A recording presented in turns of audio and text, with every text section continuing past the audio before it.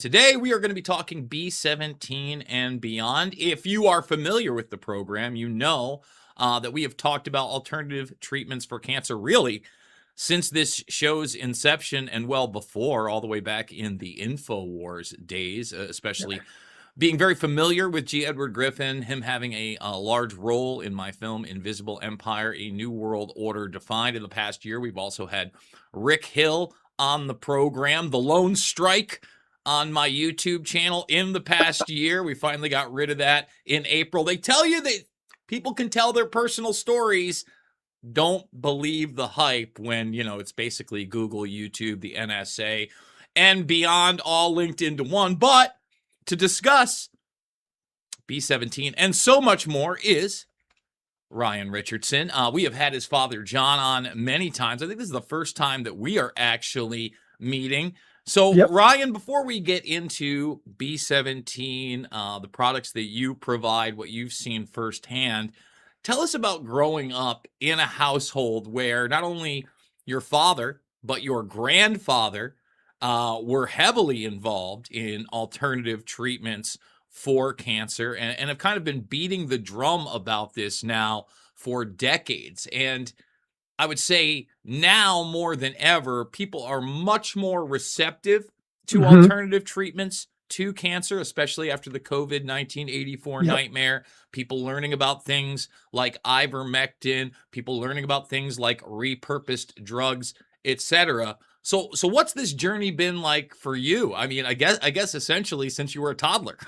Yeah, I think it's a rare perspective because I grew up and as you mentioned, I've been beating this drum my entire life. I've been trying to get friends, family, anybody who would listen to me to take B17 to start eating apricot seeds. And I went from that weird kid that people would make fun of. In a way, I was a popular kid in school, quote unquote, whatever you call that. I played sports, I was the quarterback, but I was still that weird natural health, hippie kid.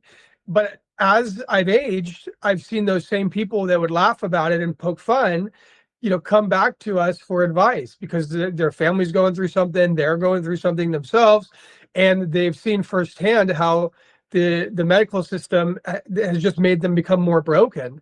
And so it's been a kind of a full circle thing for me. And I agree with you. 5 years ago was a huge turning of the tides for health in this country, or at least a spotlight on health. And I'm actually thankful for it. Obviously, I'm not thankful that it happened the way that it did, but I'm thankful that now people are starting to take this seriously, because for a long time we've been saying that our health in this country has been deteriorating, and it's not our fault. It's not like our people are saying, I want to be unhealthy, I want to be sick, and I want to have all these diseases. That's not what happening. That's not what is happening at all. What's happening is our nutrition has been stripped from our food because our food has been, made to be shelf stable, taste really good, not get mold or not rot. It's all of these different things. We used to have these vitamins in our food naturally. They've been stripped away, and so no wonder we're seeing all of these issues.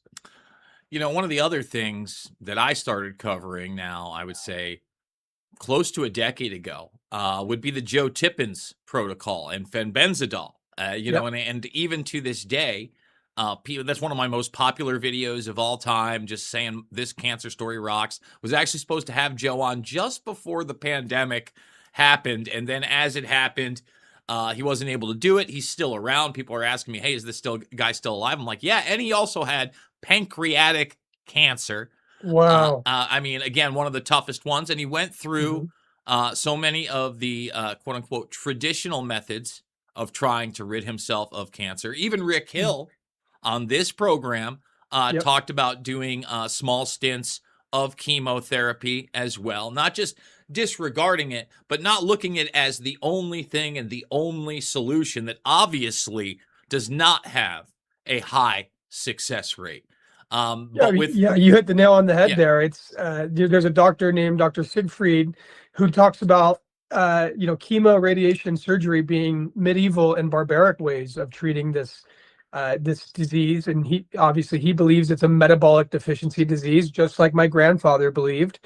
that if we have the right nutrition, your body will take care of itself. So you hit the nail on the head there. So let's talk about the nutrition aspect of it, right? Because I think that that is so important. I myself am going through it even with my own family. My one niece who I've helped take care of just refused to ever eat real food. I mean, literally, we're still on the chicken fries and fries diet. Everything is processed. I mean, she has zero nutrition in her body. It breaks my heart. I mean, she's broken her foot several times in the past few years because she has no nutritional value, because she has no bone density. She finally, had an episode where she did have to go get her blood work done, and it's atrocious. It's just, it's one of the most disgusting things ever. I pray, and I'm not a religious guy, but I do pray that, somehow we can get beyond this. I won with the other kid.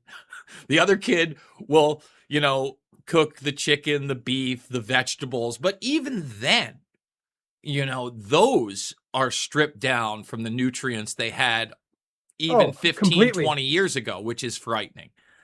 Completely. And then, you see these things. I just saw a documentary on Nutri-Grain bars, those little bars that children eat that are supposed to be filled with real fruit. And it's not, Bro, they're you're speaking my language. Let's talk about that. Like the one kid, the one that I've actually gotten on the decent diet that spends a lot of time with me. She goes, "You never have any of the granola bars." I go, "They're candy bars, kid. They're not granola bars. They're not helping you. They're candy bars. There's nothing in there that's helping you with your day-to-day. Zero zip, even your protein bars. Get your protein 1,000% somewhere else. Eat an egg, for God's sakes."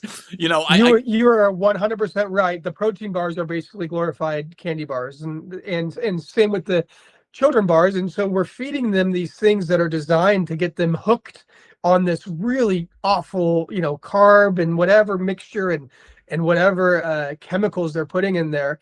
And it's a crime, because at the end of the day, I don't blame your niece, because we've created an environment where this happens. We feed our kids 85% of the calories that our kids eat are coming from ultra processed foods. And as you noted, that's the most precious time where we need to be getting the most nutrition into our kids so their bone density grows. As you get older and you're 30, 40, 50, it probably matters less than it does when you're 11, 12, 13. And so that's why I've been huge on quote unquote prevention, because my father comes on here, talks about how B17 can help with, the C word or these other bad diseases. And Rick tells the story. I'm here to tell you that it's way better to start now when you're a healthy person or when you're young and never get any of those nasty diseases, because once you get it, the fight becomes a whole different fight.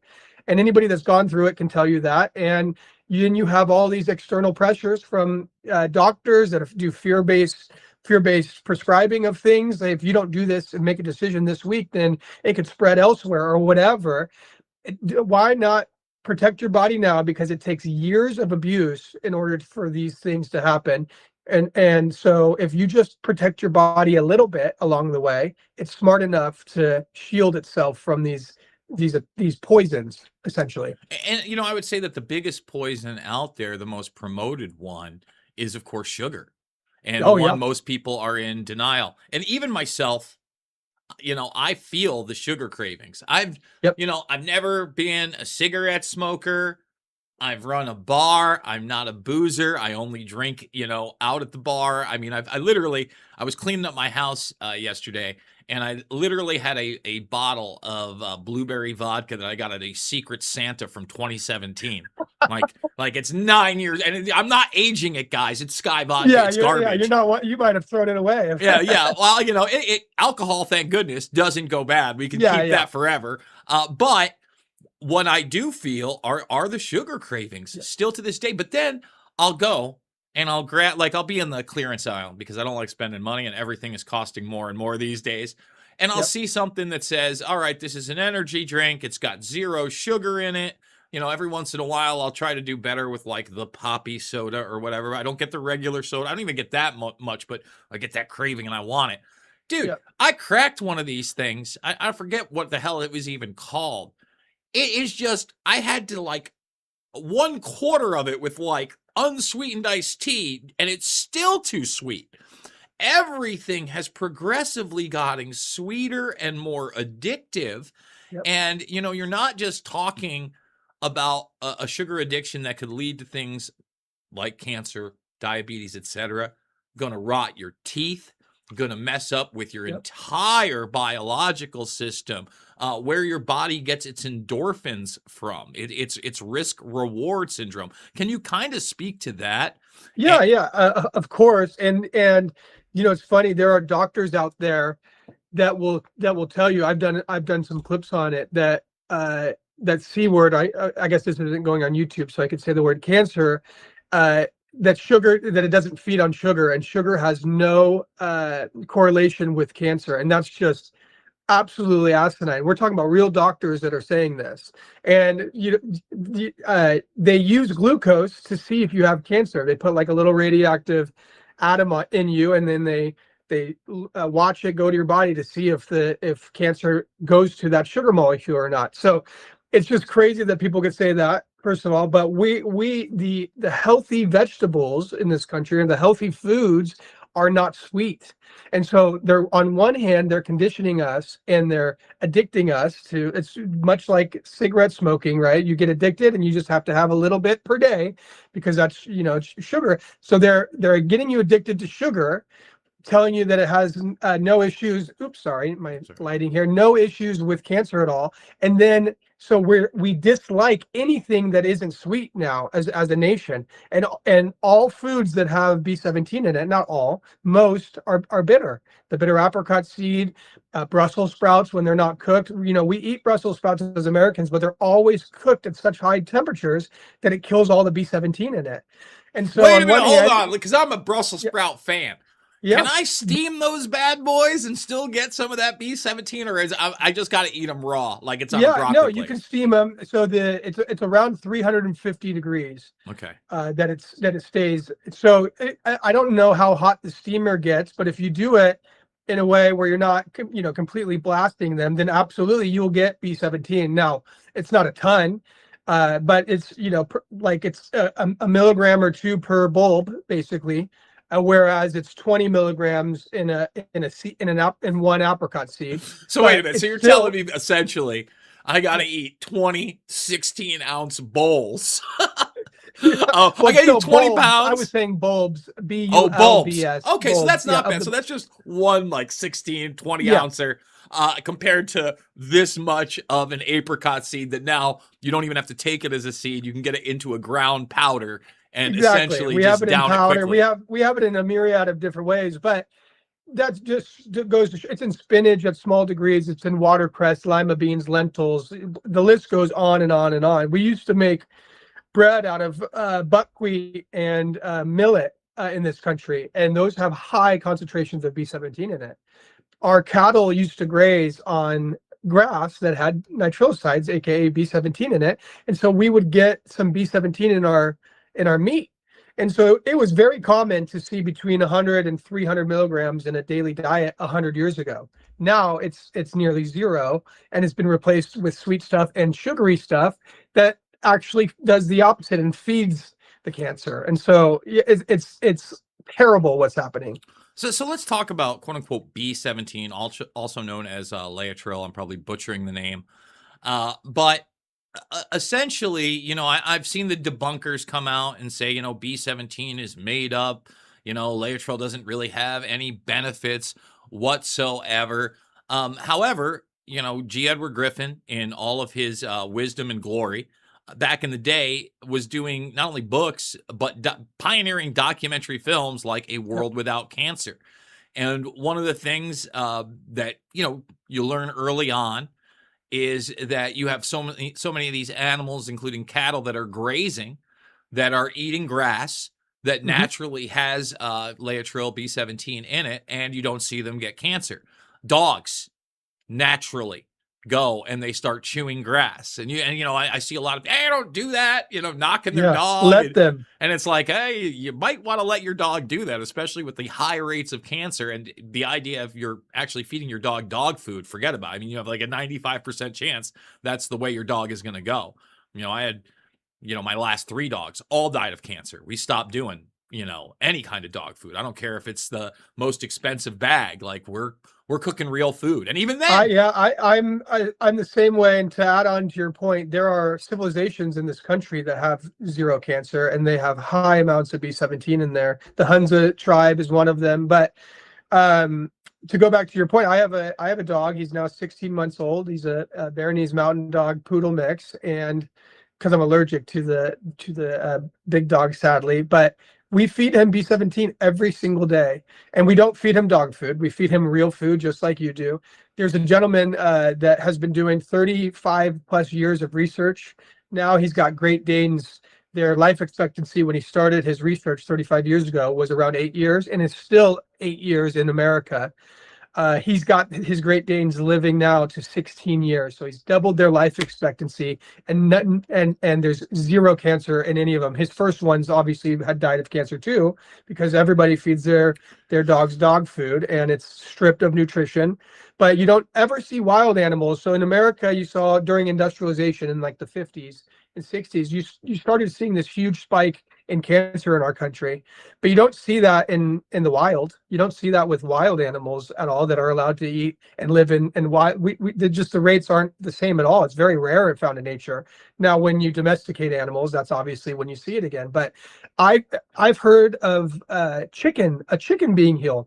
My one of our customers wrote into me like a few weeks ago and said, I took my chicken into the vet because it was acting weird and it had cancer. So I started giving him apricot seeds, and would you know it, within 4 weeks, it was gone.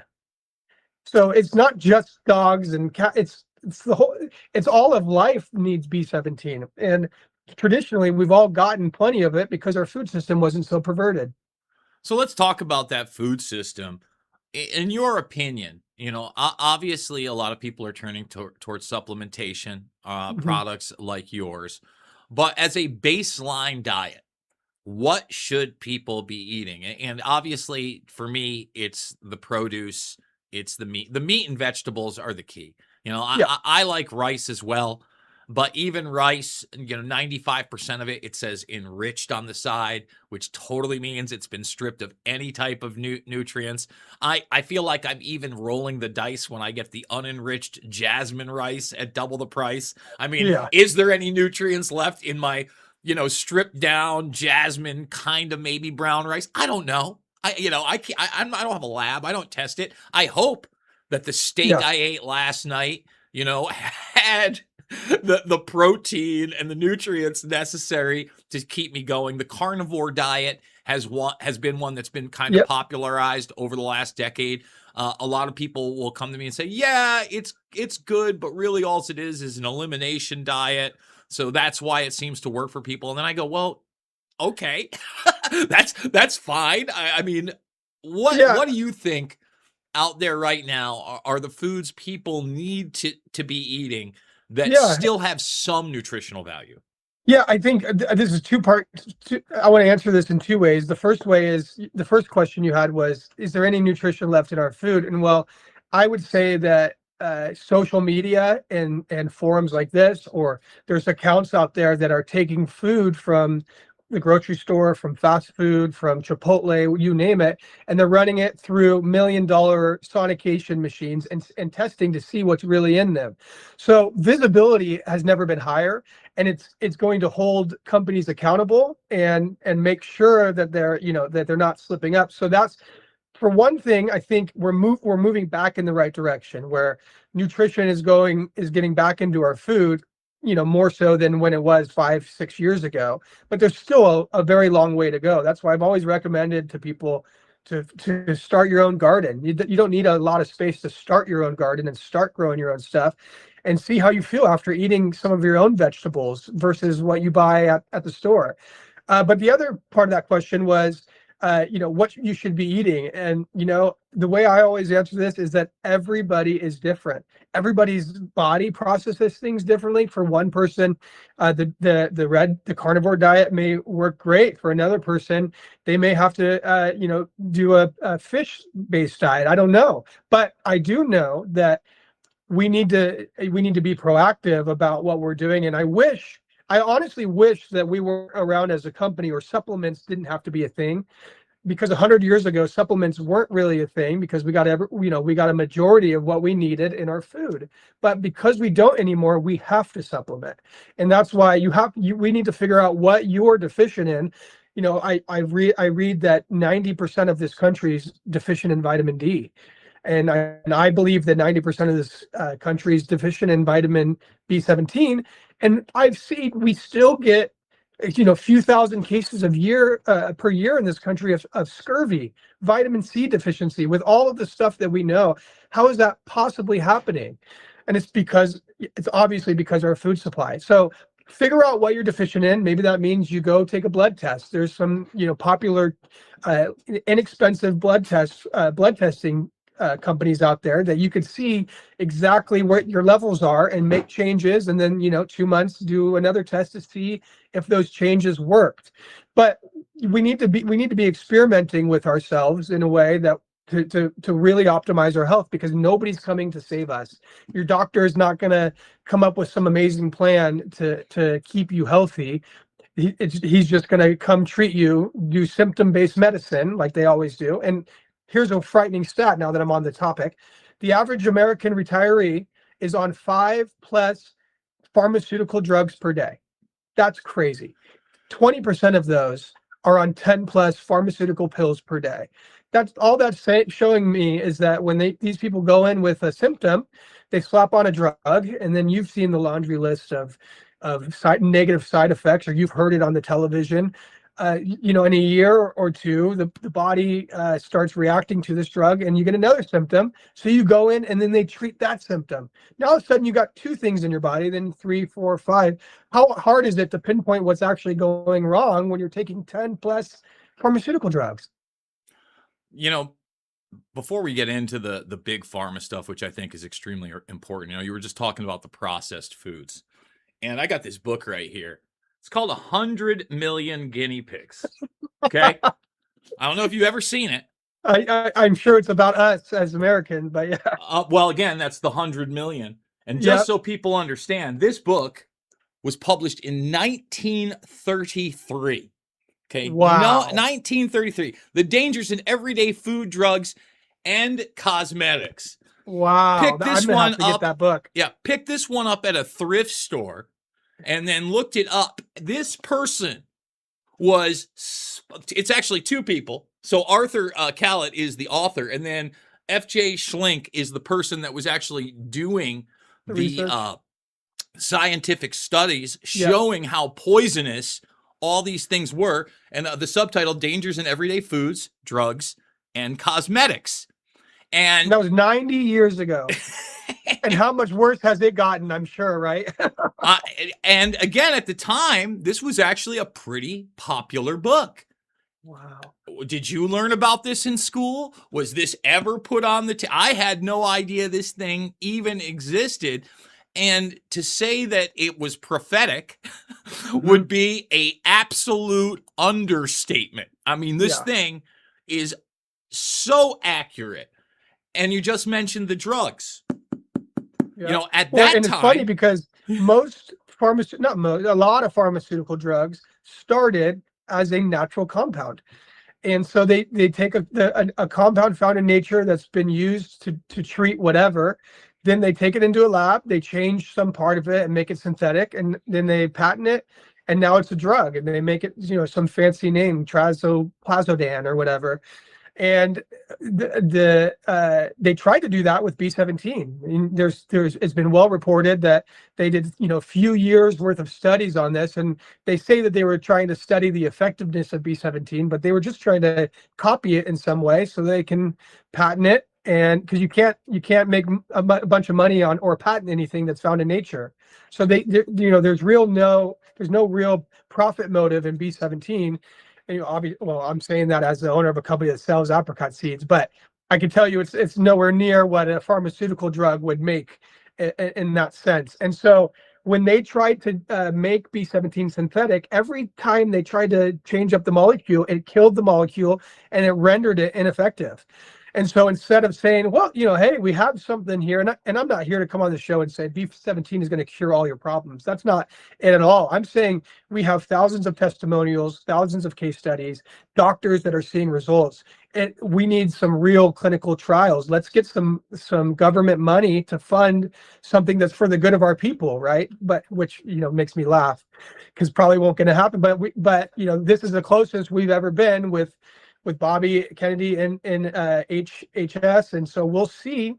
We'll see what we can do. But it's kind of crazy. You mentioned the medical system and how you can't really patent now. You can't patent vitamin C, even though most vitamin C, folks, is synthetic.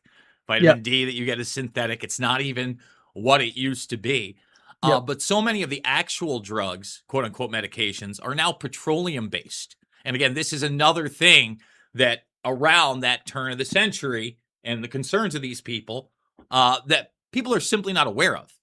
They associate, obviously, petroleum with oil and gasoline. They don't even realize that, oil basically makes like everything, like from your CD to your Blu-ray to a ton of other things. But it also is intricate in quote unquote modern medicine. Can you just speak to that for a moment? Yeah, I've been so confused by that for the longest time, because I don't understand the science behind it, or where they even try to argue the science behind it.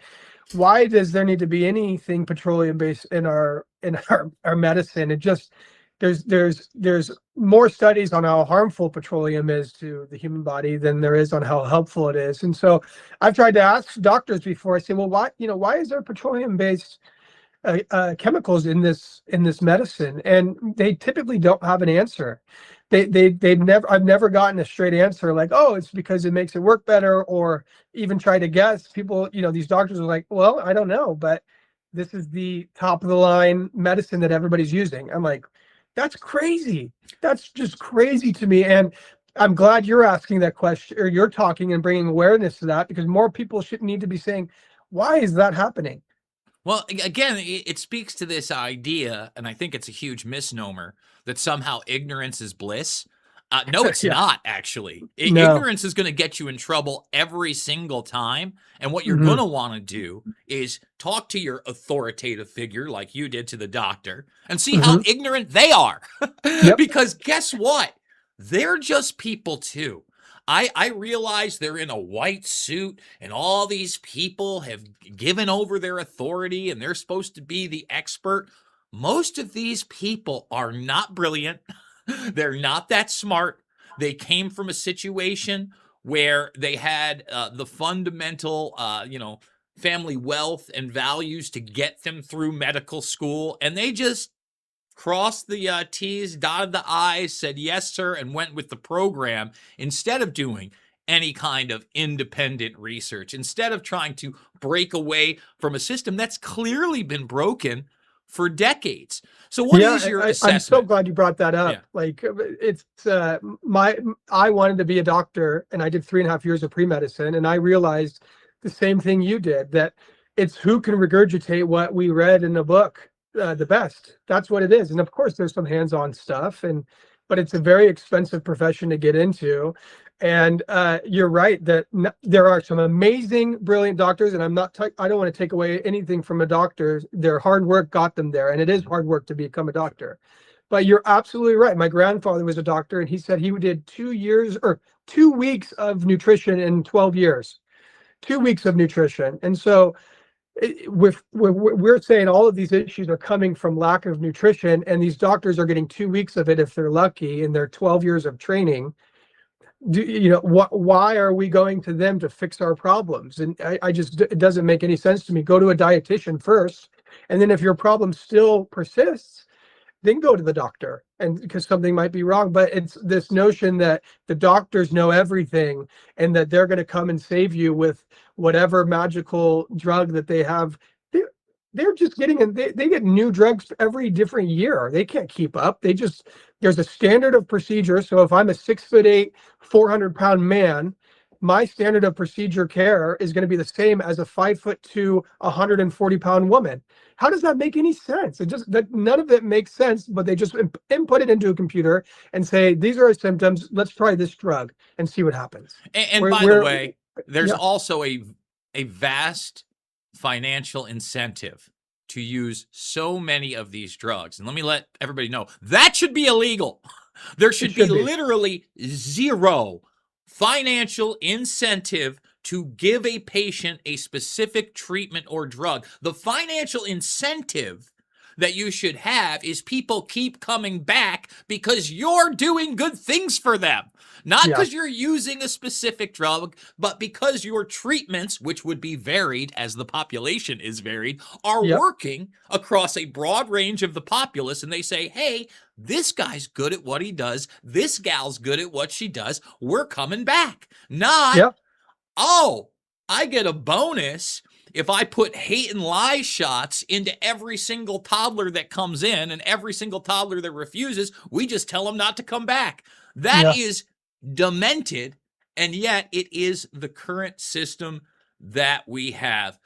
Before we go, Ryan, tell everybody about rncstore.com. Tell everybody about the products, where they can get them, and what some of your favorites are. Yeah, absolutely. We can go to www.rncstore.com.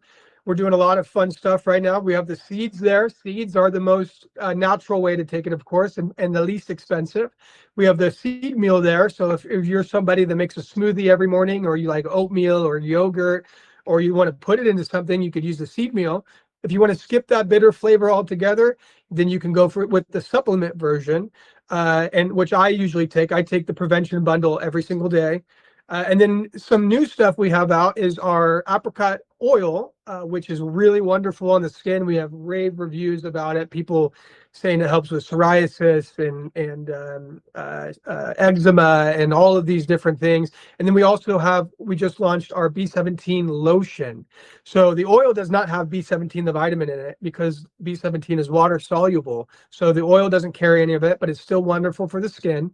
The lotion, all organic based lotion, all natural, no added crap, has 1,000 milligrams of B17 in it. And so it's kind of our way of pushing the research on B17. You know, my grandfather and Rick and everybody, they always were focused on the research that happens inside of your body with B17, because when you have people dying of the C word, that's the most important. Well, we're hearing some incredible things about the lotion. People writing this testimonies weekly. I would love everybody to give that a shot. And also the people that buy our lotion and our oil, we have a beauty bundle, they repurchase it at a 38% clip within 2 months. So, you know, it's obviously customers are happy about it and they're coming back for more. Yeah, for those that don't know, anything more than like a 15%, 20% turnaround is amazing. And when you start getting into that 40, 50%, it's almost unheard of. Ryan, it was a pleasure talking to you. Send my best to your father as well. And folks, you know the drill. It is not about left or right. It is always about right and wrong. I absolutely love you guys, and I will see you all on the flip side.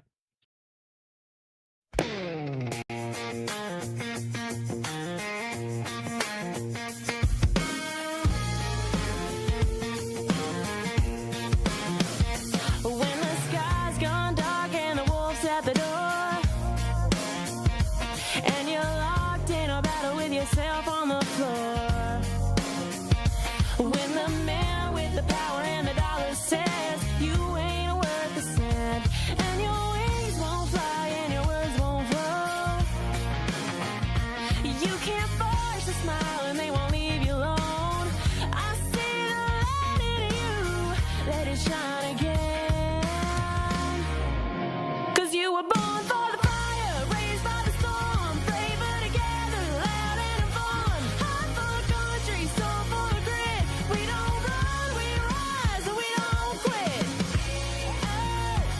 We don't run, we rise, we don't quit.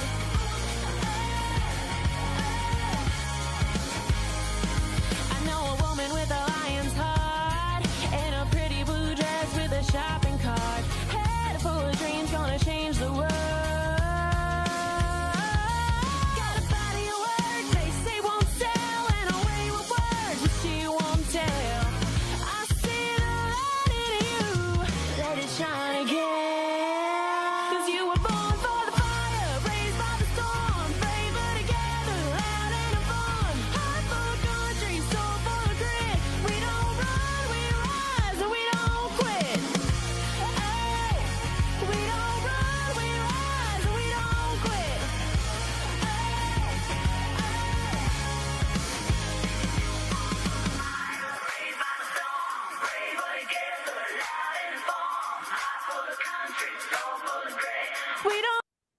Good morning, Patriot family. Thank you so much for joining Out of Pocket with Allie and Michelle. It is a wonderful morning. Freedom Friday. Sure. Fantastic Friday. Fafo Friday. It's more genuine there. Yes, for us anyway. How are you doing? And I have no shoes on. I mean, that's amazing. I love that we can. I love your studio. This is Your amazing. studio's fantastic. It's the best. Guys, thank you so much for tuning in. Yeah. It's been a wild ride of a week. I know yesterday we were talking about Trump visiting China. Today, China. we've got a lot on the I docket gotta today. stop doing that. I think hey, TalkRed, this may be the episode that gets flagged. I don't know. You might. Who knows? I don't at know. This point. Unless maybe, they've got some special magic there at TalkRed. But we are talking all things Frankenstein Fauci today. The cover up.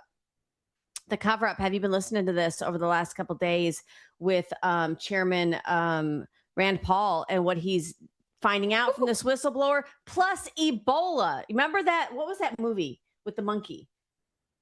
Oh, I don't remember. Outbreak. Was it Outbreak? I think it's Outbreak. Okay, and we were all like, "Oh," and there has Brad Pitt. Was Brad Pitt in it? Was he in Outbreak, or is that? There was Zombie? a couple of different. I don't know, but I don't know. There's we too thought many it movies. was we thought it was Hollywood, but maybe it's in the mountains of Montana. Wait till we hear about that that little news there. Thank you to Laura Loomer for that. Plus Kash Patel. I think he might be the most out of pocket. I'm not even lying. I think he's the most out of pocket for the week. You guys chime in and blow and let us know towards the end of the episode. Let us know if you think he's the out of pocket person. Of the week, FBI director, we love you.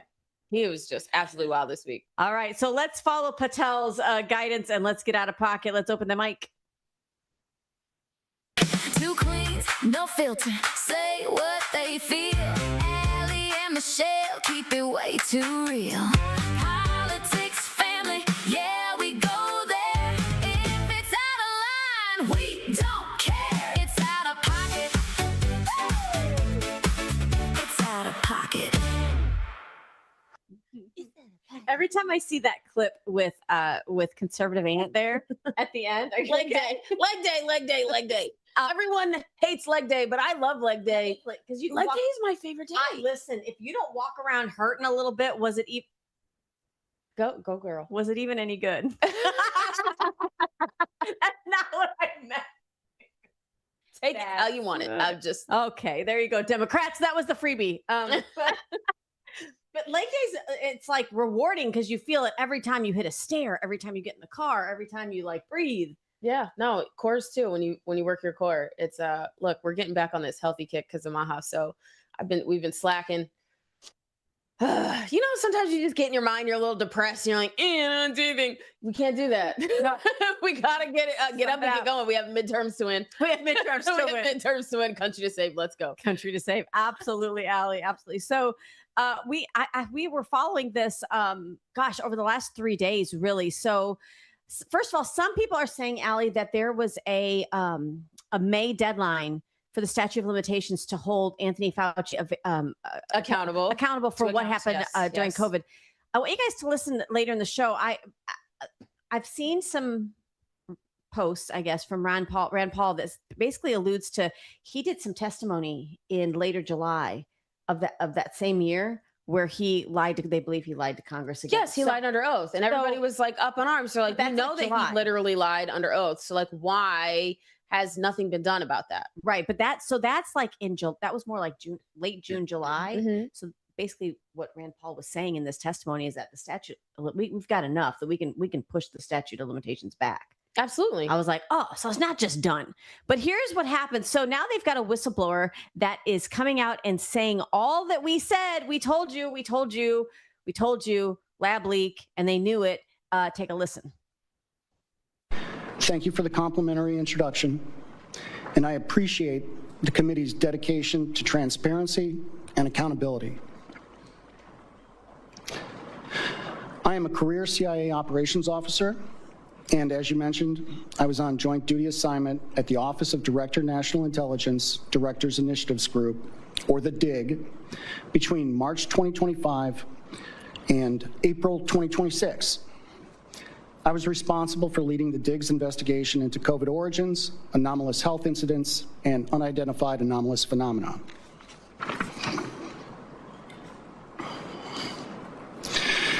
I'm here today to discuss the COVID cover-up, the national security implications associated with the DIGS investigative findings, and CIA refusal to comply with lawful oversight, as well as how we remedy these problems. Intelligence community leaders and senior analysts downplayed the possibility that the COVID pandemic originated as a result of a lab incident. Motives are difficult to define given the scope of the DIGS review.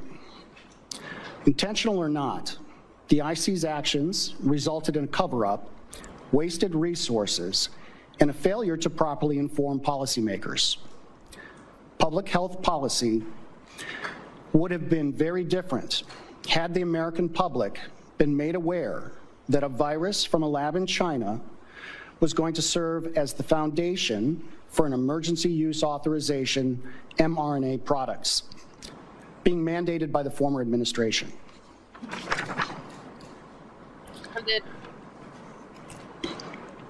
Dr. Fauci's role in the cover-up was intentional. Dr. Fauci influenced the analytical process and findings by leveraging his position to ensure the IC consulted with a conflicted list of curated subject matter experts, public health officials, and scientists. This included some of the authors of the paper, The Proximal Origin of SARS-CoV-2, and other public health experts who have been in his orbit for the last 20+ years. Wow.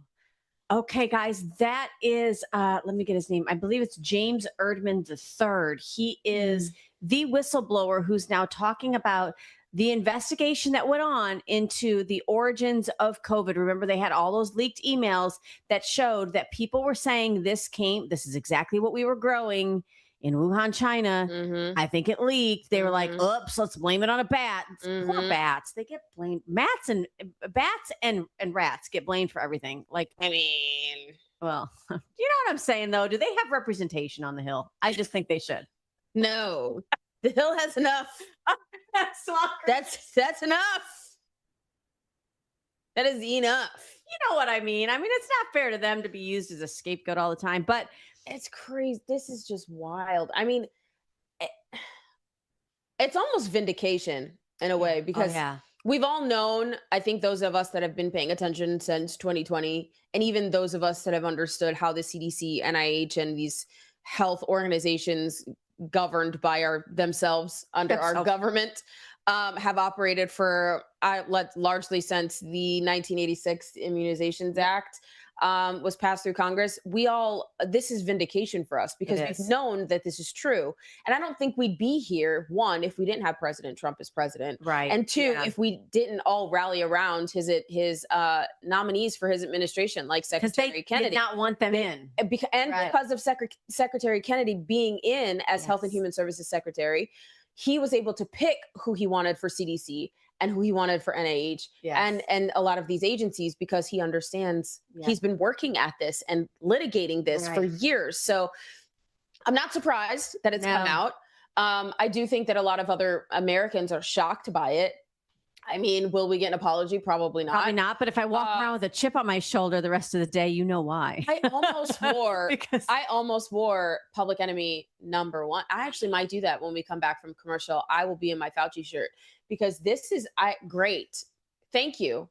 Thank you, Congress.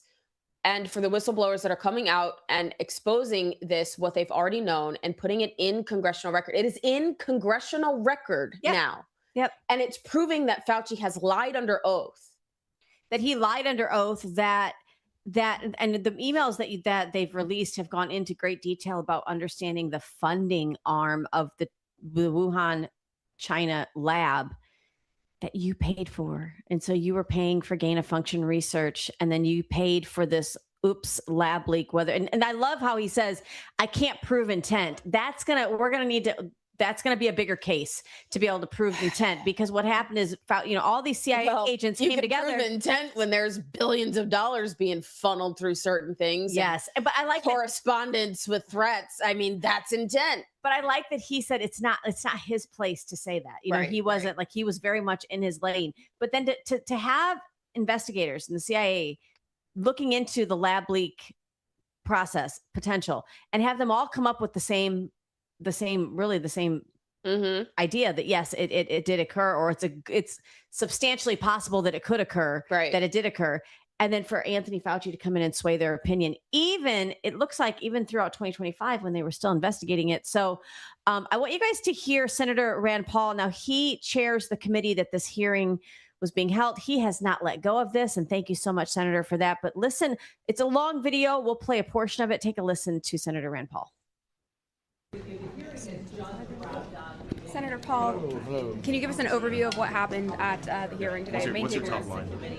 The top line is that there was a scientific consensus at the CIA that the virus came out of the lab, that there was a lab leak.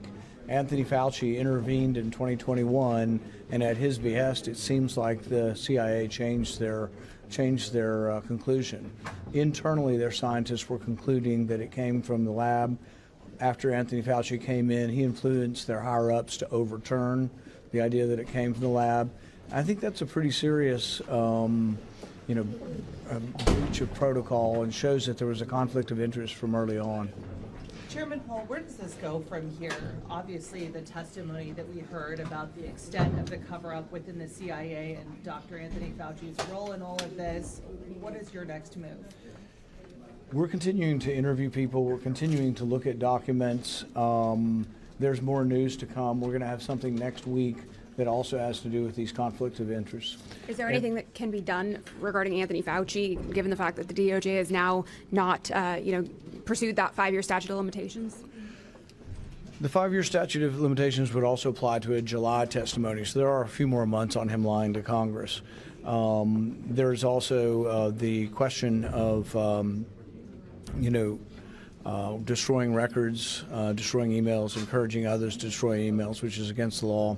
There's also the question, conspiracy charges have been filed against David Morenz, who was a longtime lieutenant of Anthony Fauci.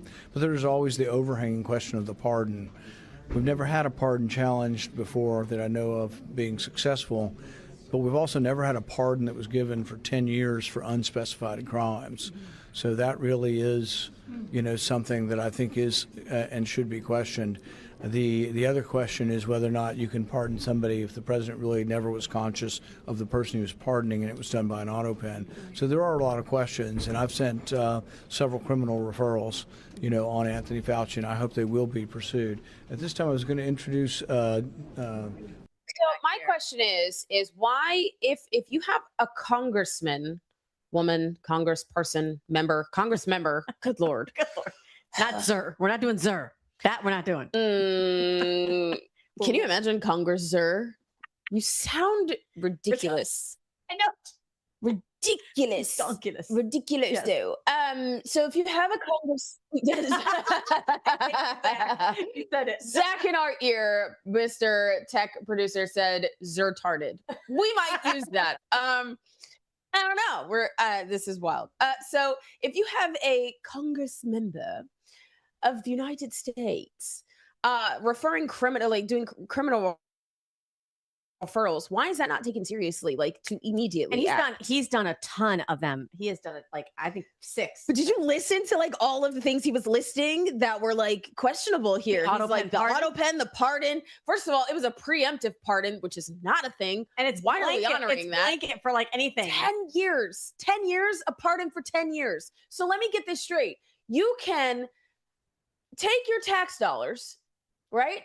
Send it overseas to facilitate an illegal program that is not sanctioned by the United States. Amen.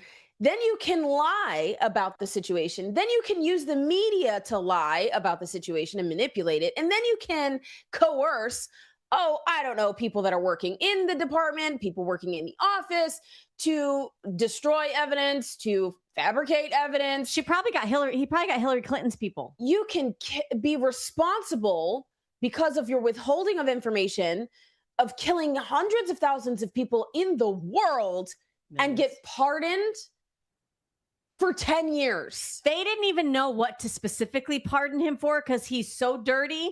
They're like, let's just leave it. Has anybody ever like written? No, they haven't. Gotham, But anyone? it's like writing a check and leaving the amount blank because you're like, I don't know how much crap you did. Like that's like, wow. I mean, I like grace, but that is like preemptive grace. Tony. That doesn't work. Tony, Mira. excuse me, Tony. Tony. Not the R&B group, guys. Tony. Anthony.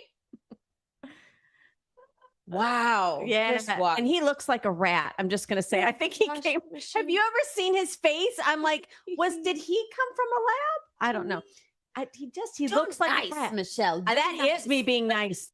Listen, that is me being nice. This man is single-handedly responsible for the murder.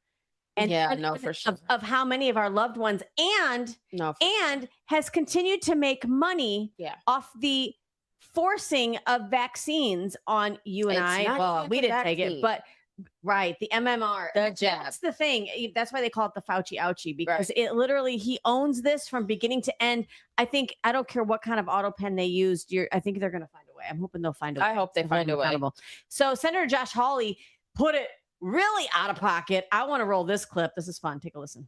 Holly, we're at the COVID cover-up hearing right now. You just said we don't have a democracy anymore. Can you elaborate on why you think that is? This witness just testified under oath that the COVID origins report that the last administration issued was false. When it said that there's no evidence of a Wuhan lab-related activity in COVID, that was false. He just testified that when the last administration said that they were turning over all of the information that they could related to COVID, that's totally false. They gave us 5 pages. He said there are thousands and thousands and thousands of pages that were never turned over. I mean, it's unbelievable. We have basically a systematic effort to violate the laws of Congress, to lie to the American people, to mislead the American people, and it's still going on. The deep state actors, it is still going on. If you've got people who will just not follow the laws of Congress and will lie openly to the American people, I don't know how you can hope to preserve our country. I just don't know how you can do it. I agree with him, and as much as we like joke and giggle, this is a very serious situation. 100%. And I understand that sometimes we need to like laugh and play it off a little bit, because I don't think people really understand the gravity of what took place during COVID, which is why we're all still so traumatized by it. We all still have like PTSD from it, because it was an extremely traumatizing year. And those of us who have lost loved ones, remember they locked you down in your house and told you that if you did not work at a strip club, if you did not work at a weed dispensary, if you were not a first responder or an ER nurse, you were not essential. So that means if you put food on your table to feed your family, you were not essential. You were demanded to stay in your house and even be 6 feet apart from your family members. When your family members fell ill with a headache or a fever or, God forbid, the flu, and were then hospitalized like my father was, they ridiculed him while I was on the phone with him. That he should have double masked, triple masked. What were you doing outside of your house? It's freaking America. Like, go get some sun and, God forbid, fresh air. They made these people feel guilty while taking their last breath because they suffocated them with the overuse of ventilation,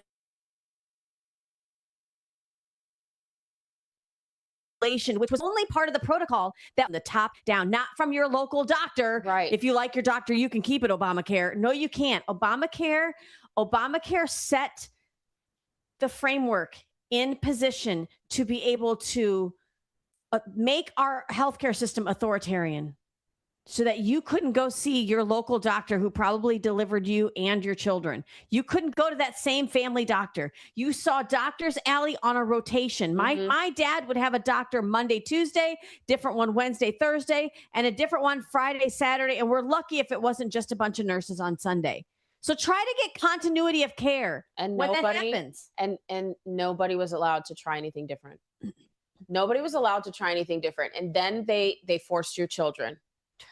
And then they tried to force through coercion. So when are we going to petition the United Nations, right, to bring back the Nuremberg Code trials? That part. Who is going in the United States of America going to go across the world and talk to people that are world leaders and say, listen, this man right here and their gang of friends Yep. have lied to the world, have their protocols and their lack of information, their lack of transparency have killed millions of people around the world. Yes. When are we going to hold him accountable for that? We need to bring back the Nuremberg trials. Send me, I'll go. Allie, this permeated into our school systems. The failure of our local school boards to really stand up for the rights of parents and children. This became the new token that you wear to show that you're liberal, crazy, left leaning. It wasn't good enough for my mask isn't good enough for me. I got to force you to wear it. My injection isn't good enough for me. I got to force you to take it. It became the new yellow Star of David that we put on people back in Nazi Germany that we did to the Jews. And you know what was crazy? Everyone was like, that's a stretch. It's a stretch. That's a stretch. You know what, Allie, let me tell you, last night, and I wasn't going to talk about this, but last night I went to a friend's house who, because I'm running for school board, and people are like, you're so loud, you're so crazy, you're so passionate. And I'm like, I'm not crazy. This really freaking happened to families. So I went to this girl's house because she had the lanyard. Yes. That had the yellow logo that says mask exemption. Mm-hmm. It was bright yellow, and hung it around her son's neck. And he was ridiculed and he was made fun of. He was told by teachers, you're the reason grandparents are dying. This poor kid was like, Mom, just give me a mask. But he would break out with a rash from wearing a mask for 8 hours a day in like 90-degree weather in Florida. And she was like, don't ever forget what they did to our kids. Wow. I still have a voicemail, the last voicemail my dad left me from the ICU. He knew they weren't giving him insulin to help combat his diabetes. They weren't doing anything to truly, not because I blame people bedside. They told me themselves it wasn't coming from them, Allie. It's coming from this executive cloud in the sky. They weren't even allowed to practice medicine anymore. I was refused care and haven't been back. Thank you. Like, a lot of people. Nope, I'll take care of it myself. I'll go self-pay somewhere else. You're right. That yellow Star of David became a yellow lanyard in our school system 80 years later. And like the kids they were not allowed to play with other children. They were, it was absolutely wild. So we need to bring back the Nuremberg Code. We need to bring back those trials. And this is why, because the left and the deep state have no new tricks. They have no new games. It's all the same. They play the same game over and over. You pay for it. They kill people with it. They divide the nation. They make money off of the remedy. Try to win the next election. Right? Yeah. Try that. So thank you, Laura Loomer. This is a story coming out of Montana. I just want to give a little bit of backstory. So this is a foreign-born virologist. His name's Vincent Munster that they're talking about. He's under investigation, Allie, by the FBI. This is taking place in the mountains of Montana. It's a little bit of a longer clip. Let's play it. Here goes Laura Loomer. The people that get this virus generally in third world countries in Africa, they don't have access to medical care, and they rot. Their bodies rot from the outside in. And they have viruses that present on the outside, as you know, big pussy orifices, and the flesh starts to rot, and then it starts to bleed, and then you start to cough up blood, and you have blood literally pouring out of every orifice of your body until you're just dead. Yeah, and if you go to our blog about the whistleblower letter, we actually have a photo from inside the Rocky Mountain lab that we uncovered in our investigation of a monkey infected with Crimean Congo hemorrhagic fever, and you could see the blood coming out of their nose and mouth. So this staffer was infected. Apparently, according to the whistleblower, the other staff, and Rocky Mountain has since now admitted that this happened. So this staffer was infected with Crimean Congo hemorrhagic fever, this Ebola-like virus, and apparently it was kept from most of the staff at the facility And the Rocky Mountain Laboratory in Montana apparently has a relationship with a local hospital in case anything happens. In case there's an incident like this, they can bring somebody there and they can be properly treated. But instead of doing that, which they were apparently concerned would raise alarms because people would find out about the accident, they flew somebody hours away. There's the photo right there of a monkey at the Rocky Mountain Laboratory infected with the same virus that we're talking about. So instead of bringing the person to a local hospital, apparently they flew them to somewhere hours away to avoid being detected, so the press and the public would not find out that one of the staffers at their local lab in this small Montana town was bitten by a monkey who was infected with Crimean Congo hemorrhagic fever. So between a lab accident that resulted in someone getting bitten by an infected monkey, a smuggling incident by one of the NIH's top virology animal experimenters, who's now under the FBI investigation. And Kennedy, for clarification too, it's not that he's just under FBI investigation. Kennedy confirmed to me in writing that Vincent Munster is, he said, quote, likely going to prison. So there seems to be a deliberate criminal element to this too, not just, oh, well, I'm going to smuggle these viruses in for research purposes. Kennedy's not allowed to talk about this because it's an active FBI investigation, but he told me, I mean, he put it in writing. He told me that, and he didn't say that this was off the record when I asked him. So, you know, I don't know if people are upset about this, but there was no conversation about this being off the record, right? It was me reaching out for comment, and everybody knows that I'm a journalist. And I said, so what's going on here? Is this real? Is this, you know, are you? Yeah. This is an Ebola-like virus that was smuggled into this country by this virologist, allegedly Vincent Munster, who is an anti-Trumper. He's been very vocal about that. Again, so some things that come to my mind. Wuhan Lab 2.0 only in Montana, and open borders. Like, do you think this is the only incident of somebody bringing something across the border to do harm to the American people? Well, and I think Laura Loomer, towards the end of the clip, she does mention that. She's like, is this an act of bioterrorism? Because we know this man is anti-Trump. Yes. And we understand that this, like, could this have been a way to just kind of explode something like this to get this going? Now, the reasoning for them for doing this and taking this person, flying this person to a different area, or flying the monkey to a different area, like so that the press and the news doesn't. Well, guess what? We found out. What did Zach say this morning? We are the news now. Like, we found out already. It's out. Like, and I don't understand why.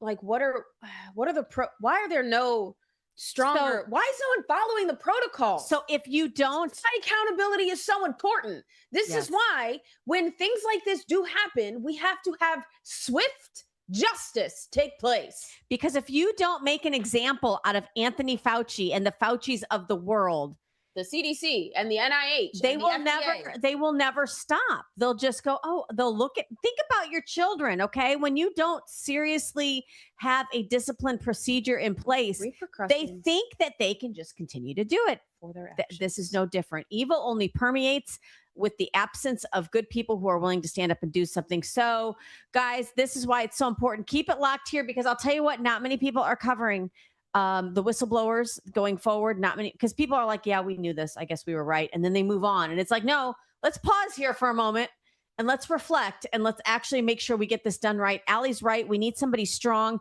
in our judicial branch, possibly even a Supreme Court justice or somebody who's got that kind of leverage. That's how they started the Nuremberg Code trials. There is precedence. So it was started by a justice. Mm-hmm. It wasn't like a petition or they told him he was crazy. Some kind of act of Congress. Nope. That did this. It was a justice. All right. So Are you going to nominate somebody? Yes. I nominate Clarence Thomas. Justice Thomas. Can you please? I think everyone should send him an email. Let's do that. Email him or call him out. We'll figure that out. We'll follow up and get that. That's going to be our new mission, because, you know, aside from getting the Save America Act passed through the Senate, John Thune, seriously? And nuke the filibuster. They're gonna do it. They would do it. They would totally do it. The left would if they got into Only office. you want the left to win the primaries without telling me you want the left to win the primaries. But that's how you know they're deep state, because they're also not interested in fixing the problem, because they actually capitalize off the problem. If there's no problems, what do they run on? Interesting. Guys, we will be right back with more Out of Pocket Live. Here's a little word from Liberty Cigars. Don't go anywhere. We've got so much more after this break. From the heart of Marietta, Georgia, comes a tribute to the spirit of liberty. Liberty Cigars, where history meets craftsmanship. Each cigar tells a story. The Founders Collection honors the visionaries who shaped a nation. The President's House Collection celebrates the leaders who steered it. And the Naval Series salutes the heroes who defended it. Handcrafted with precision, each blend mirrors the essence of its namesake. From the boldness of George Washington to the elegance of Thomas Jefferson. Indulge in a moment of reflection. Light a Liberty cigar and savor the legacy. Discover your story at libertycigars.com, because every great nation deserves a great cigar. Liberty Cigars, smoke the history. And don't forget to use promo code OPENMIC for 10% off your order.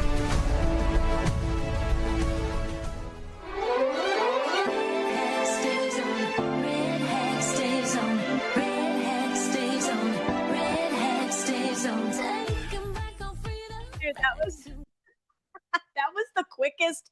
Allie, hold on. I'll be right back. I'm like, look at that. You see that?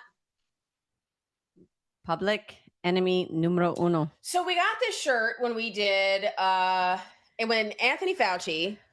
We did Freedom Fest. Yes, it was a Freedom Fest 2025. Yes, I believe it was in Sarasota, Florida. In Sarasota, Florida, because he was a speaker. He was a speaker at one of our, the left. They brought him into Sarasota. To some kind of health conference, which this man. Okay.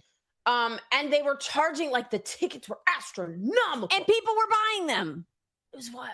People were buying them. But we had this amazing Freedom Fest where we had patients, people that were harmed by the COVID jab, veterans that were harmed by the COVID jab. Florida Surgeon General Joseph Ladapo was a main keynote speaker. Yep. It was a great turnout of just people that were fed up with Fauci and what took place because of under his leadership. So this was the t-shirt we got, and we actually ran out. So and we had the F asterisk CK Fauci, and those ran out too.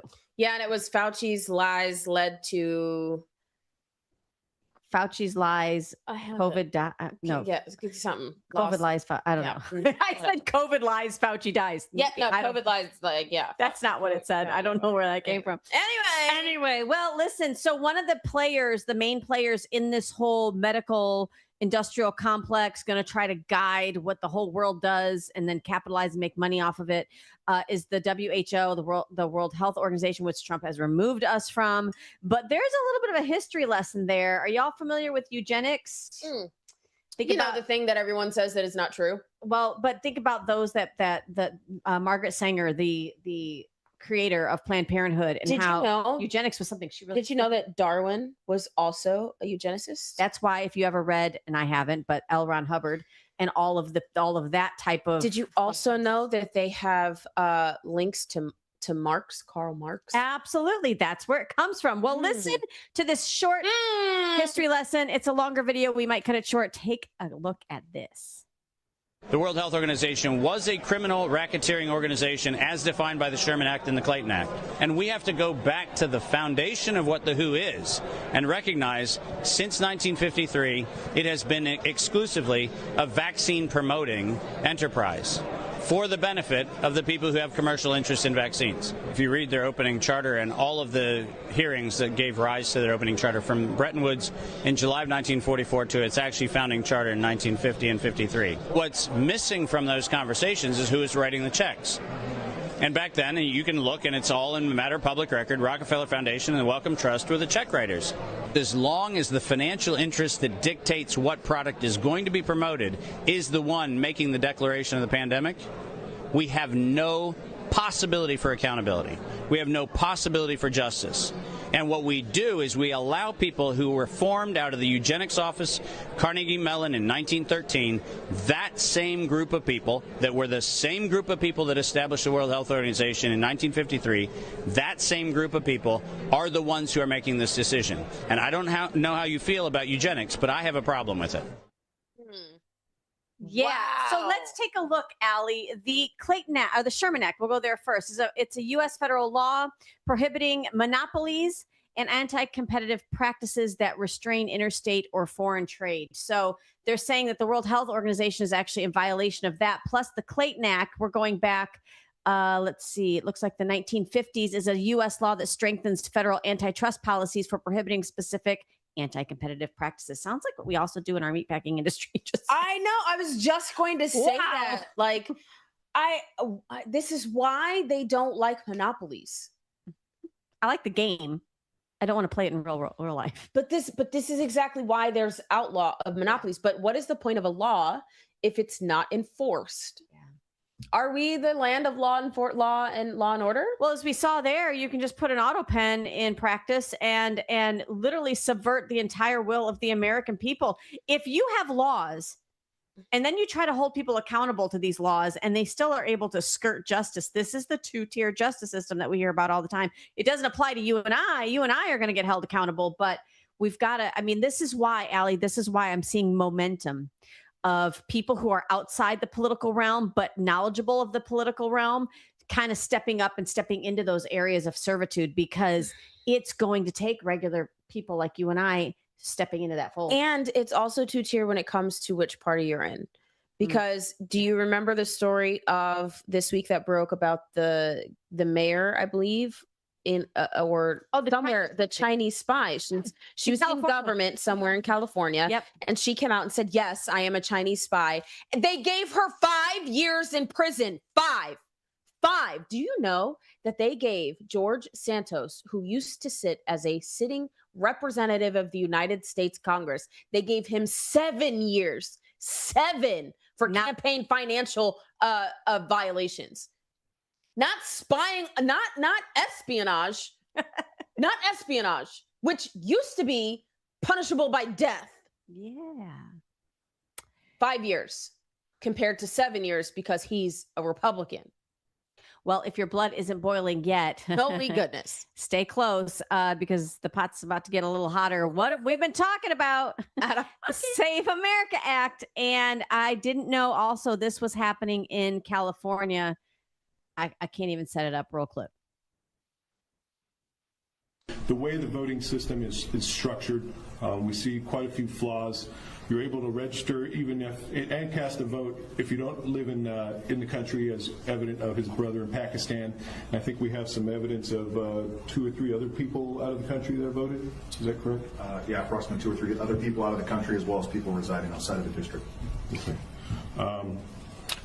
The online voter registration system, it seems to be an honor system.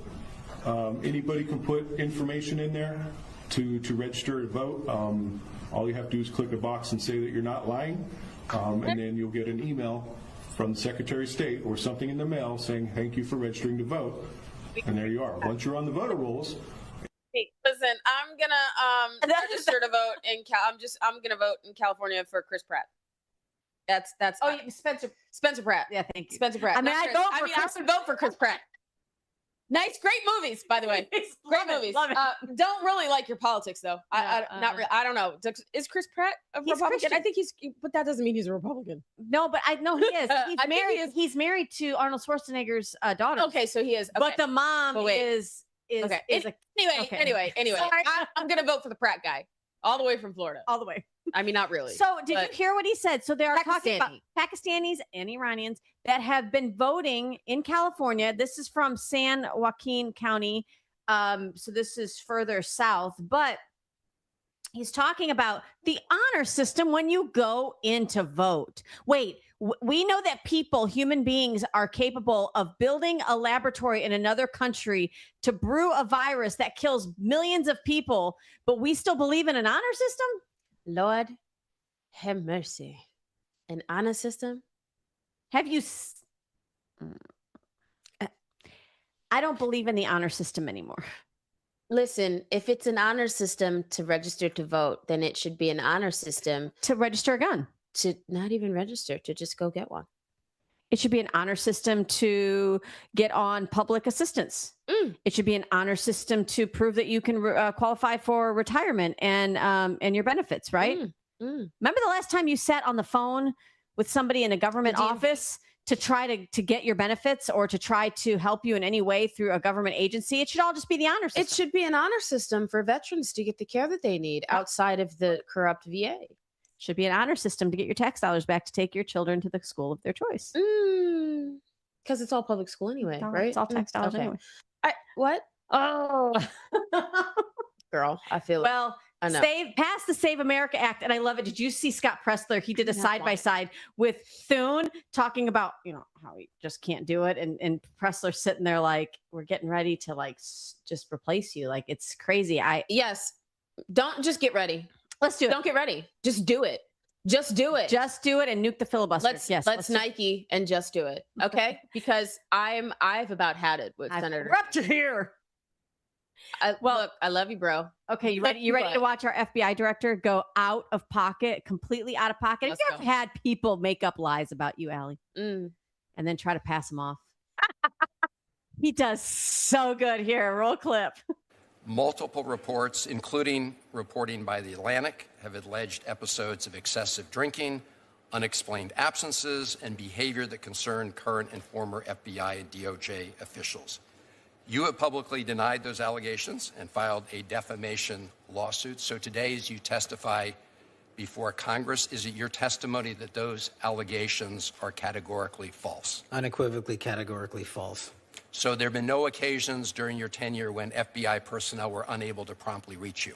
Absolutely not. You can ask my entire workforce. They hear from me at every single hour of the day, as do these great gentlemen here, as do the men and women of the interagency and state and local law enforcement and the White House. And so there have been no occasions when your security detail had difficulty waking or locating you. Is that right? Nope, it's a total farce. I don't even know where you get this stuff, but it doesn't make it credible because you say so. I'm not saying it, Director Patel. It's been written and documented. You are literally saying it. No, I'm saying that these are reports, Director Patel. No, and unlike your baseless reports, the only person that was slinging margaritas in El Salvador on the taxpayer dollar with a convicted gangbanging rapist was you. You know, the only person that ran up a $7,000 bar tab in Washington, D.C. at the lobby bar was you. This so the only individual suggests in to this me room that the that has been allegations drinking are true. on taxpayer dime during the day polygraphing is you. Director Patel, come on. These are serious allegations that were made. Okay, allegations. Listen, I love the way that he handled that because, and then so what was really funny was when Benny Johnson put it out. No, it wasn't Benny Johnson. It wasn't Benny Johnson. It was the president of El Salvador.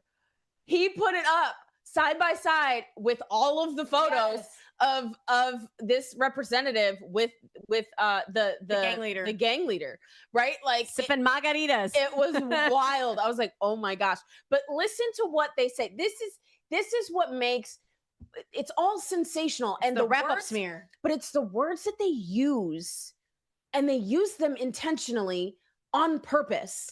Allegations, and then they're using media. Oh, so it was reported by The Atlantic, who have no proof. You can put it in print and say that it's a report, but there's no proof.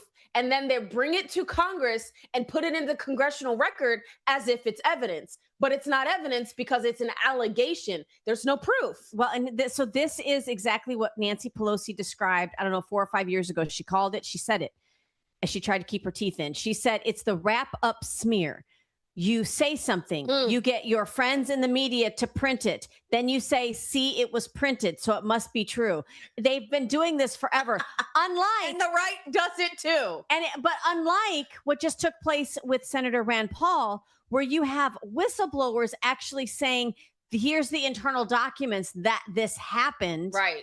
Trying to get the media to print that. And they won't. And that's how you know Project Mockingbird is still in place. And that's how you know we still don't have the SPIN Act or the Smith Modernization repeal. Yeah, the Spin Act needs to be. Oh my gosh, I cannot look. I can't Listen. If ever one of us gets into Washington D.C., buckle up. Buckle up. It's a wrap, G. I'm just telling you. All right, we're cutting it short on time, but just for fun and giggles, before we leave you on this beautiful Friday, I don't know what you got planned, but if we got plans. That's why we're like trying to hurry up and get out of here. But if you catch yourself, stuff to do. I'm sorry. I'm going with you. If you plan on catching an Uber or a Lyft and this climbs in the car with you, best of luck. Take a look. ¿Qué tal? Buenas tardes. Disculpe el viaje para Daisy. Se siente bien, oiga. Ya en serio se siente bien, necesita ayuda o ¿qué le dices? ¿Es usted Daisy o qué le pasa en serio? Señor, ¿qué no está viendo que soy un perro? Un perro. She is barking, not talking. And he says, so she has a whole conversation with him, and essentially he ends up kicking her out of the car and says, we don't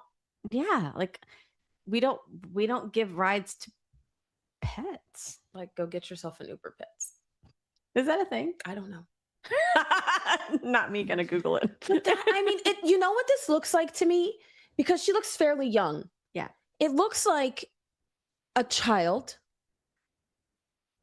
who may not have had an exciting childhood.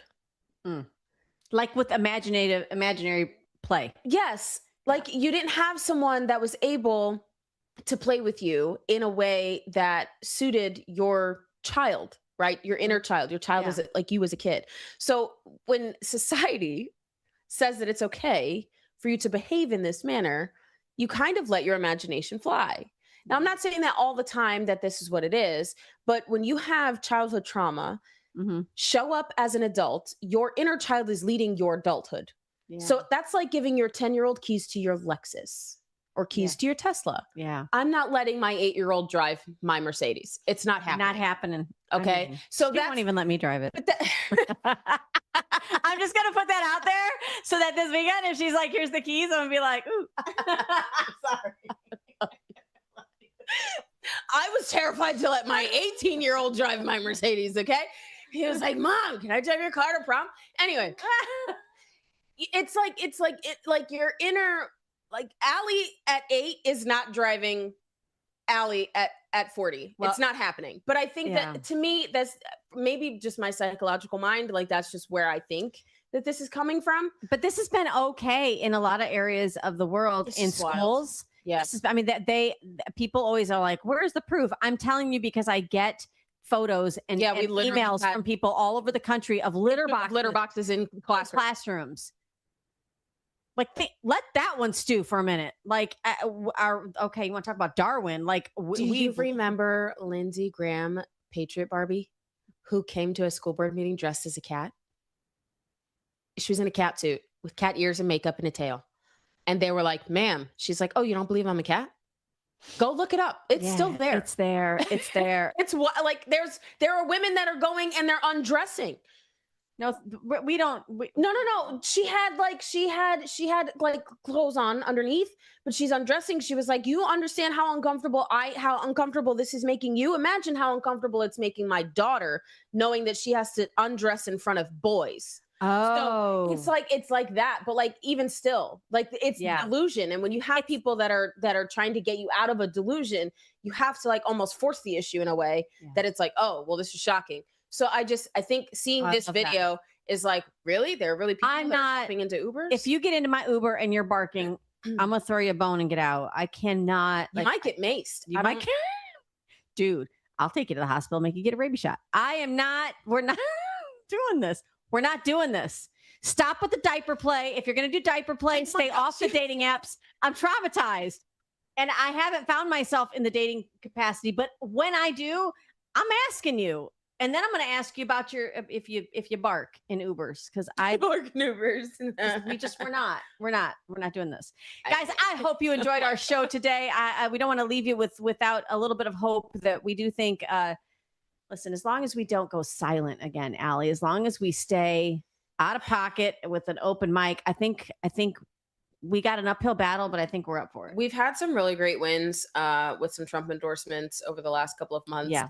And we've had some really great wins on the local level. And the maps being redrawn. Right. On the local level with certain sheriffs and things like that. Like for example, Sean Farash in Tennessee, there was a sheriff because they were recently swatted, right? They were one of our friends that was swatted. Yeah. And they were like, all right, well, if the sheriff is coming and you're going to put all our stuff out there, you're going to come get us, well, we're going to replace you. And they did, boots on ground. And they did. They door knocked and they phone called and they actually got involved. Yeah. So guys, it is important for you to be the sharpest tip of the spear in your circle of influence. Go out there, get involved locally, and then call your representatives, your senators actually, and tell them to get the Save America Act passed, and call your House reps and tell them to pass the Spin Act. Tell them to nuke the filibuster. That too. So Nuke that the the filibuster. media can't lie to you anymore. Thank you guys for joining Out of Pocket. Oh, wow. With Allie and Michelle. We will see you guys bright and early Monday morning.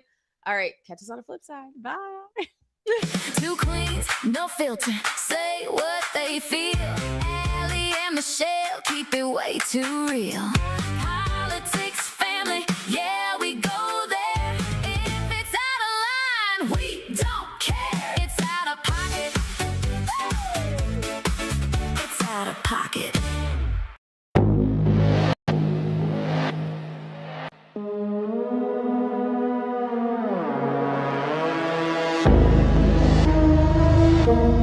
Thank you. Now watch this drive.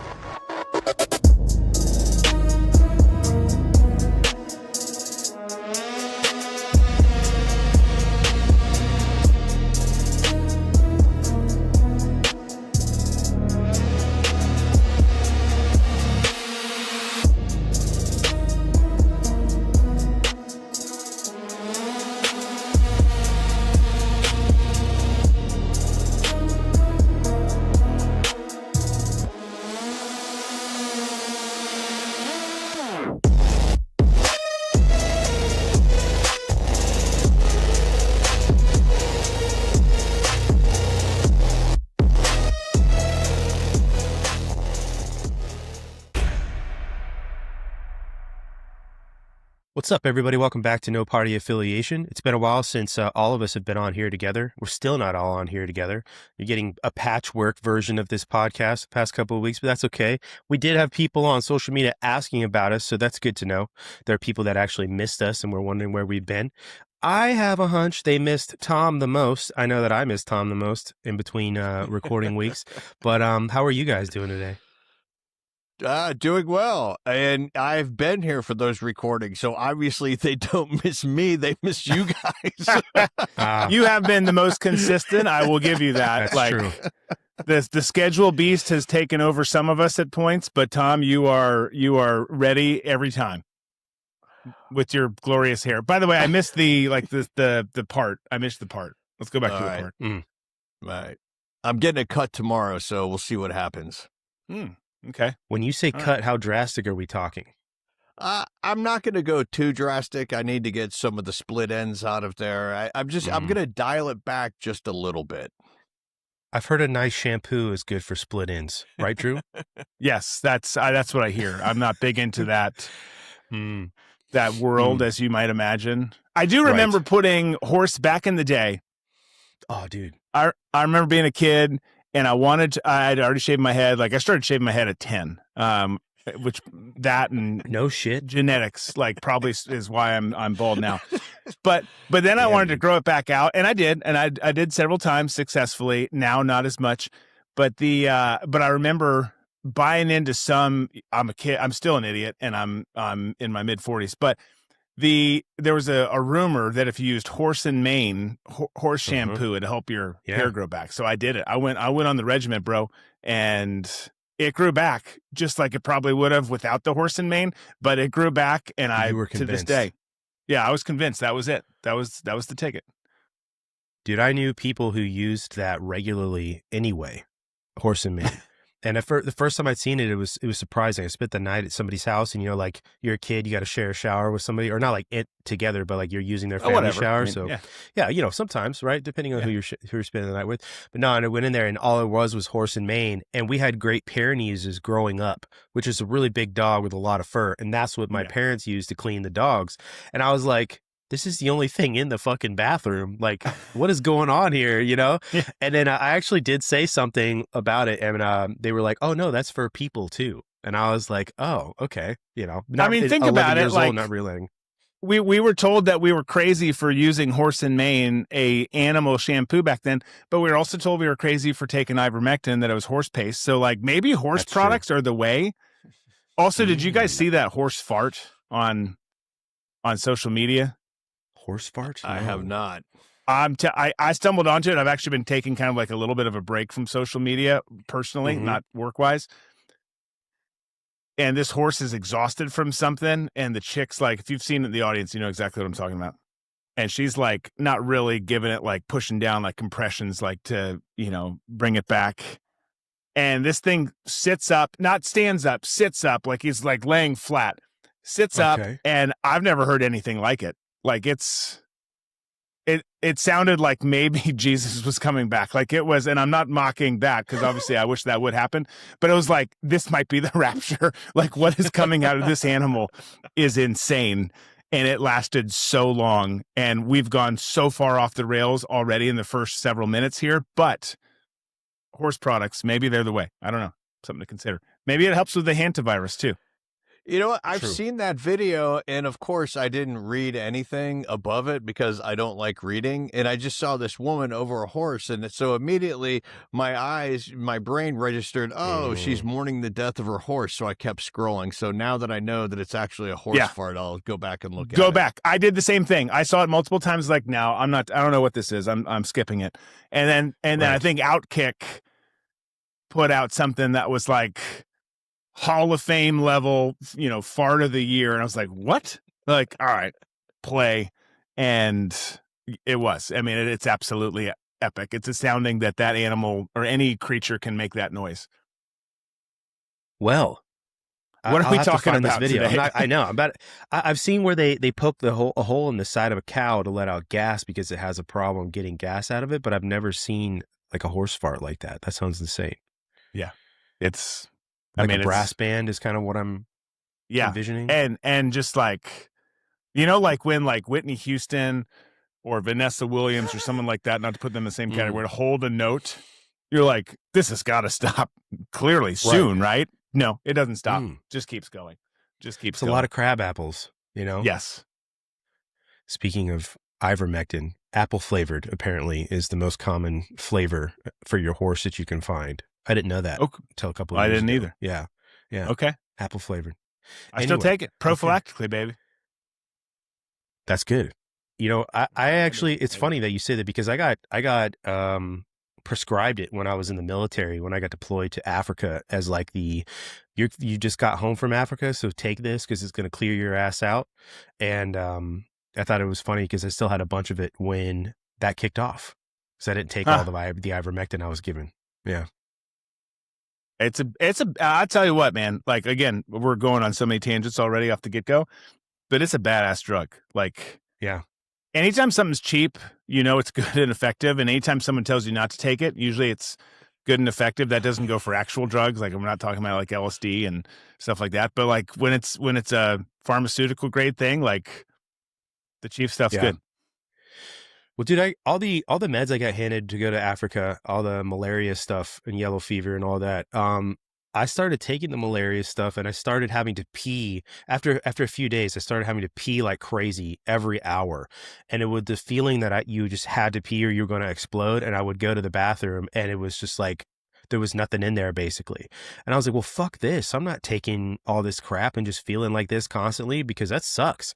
And so I stopped taking the malaria pills, and I didn't say anything to anybody, obviously, but that feeling stopped. So I was like, okay, well, so that's the malaria pills making me feel like this. Didn't get malaria, thankfully, but yeah, a lot of people had really crazy dreams. Everybody had that weird feeling about like they were going to pee. And then I come to find out, I don't remember which which malaria pill I was on, because there's two. It was right about the time that the primary pill that they gave you for malaria in the military was being transitioned out, and they were giving you a new one. If Chris was here, I'm sure he'd know what pill that was. But it causes prostate issues. And I was like, well, fuck, that makes sense, because if I have to pee every hour, and it did, it felt like I'd been holding my piss for like an hour and it just was going to explode, and I'd go to the bathroom and it would be like dripping out of me. I was just, and then the feeling would go away over nothing. I was like, this is